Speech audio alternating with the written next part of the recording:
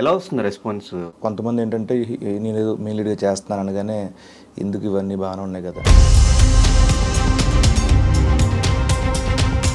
Cinema చూసిన తర్వాత మాత్రం ఇది మంచి అటెంప్ట్ చేశాడు, మంచి కథ ఎంచుకున్నాడు, జెన్యూన్గా తీశారు అని ఒక మంచి అభిప్రాయం ఉంటుంది సినిమా మీద.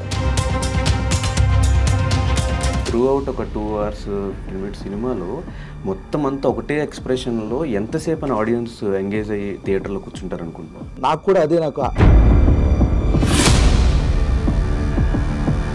చిరంజీవి గారు కూడా వీడియో చేశారు. ఆయన నిజంగా చాలా చాలా అదృష్టవంతుని. ఆయన మీద అభిమానమా లేకపోతే ఆయన మీద భయమా? కొన్ని కమెంట్స్ ఆ ఫ్యామిలీతో అసోసియేట్ అయితే మనకు కొంచెం ఆపర్చునిటీస్ ఎక్కువ వస్తుంది, ఇండస్ట్రీలో కొంచెం ఫేమ్ ఎక్కువ వస్తుంది. ఒకప్పుడు మీ దగ్గర లేనిది ఏంటి, ఇప్పుడు ఉన్నది ఏంటి? సినిమా ఆఫర్స్ ఇప్పుడు ఉన్నాయి. జబర్దస్త్ నుంచి బయటకు వచ్చిన ఆర్టిస్టుల వల్ల చాలామంది సీనియర్ ఆర్టిస్టులకి సినిమాల్లో ఛాన్సెస్ తగ్గుతున్నాయి. వీళ్ళు కొంచెం ఫ్లెక్సిబుల్గా ఉంటారు పేమెంట్స్ వైజ్గా, అవి ఇవి అని చెప్పేసి వీళ్ళని తీసుకుంటున్నారు అని చెప్పి ఒకటి నడుస్తుంది ఇండస్ట్రీలో. నిజమేనా అది? జబర్దస్త్ అని పాయింట్అవుట్ చేయడం కూడా నాకు ఎక్కడో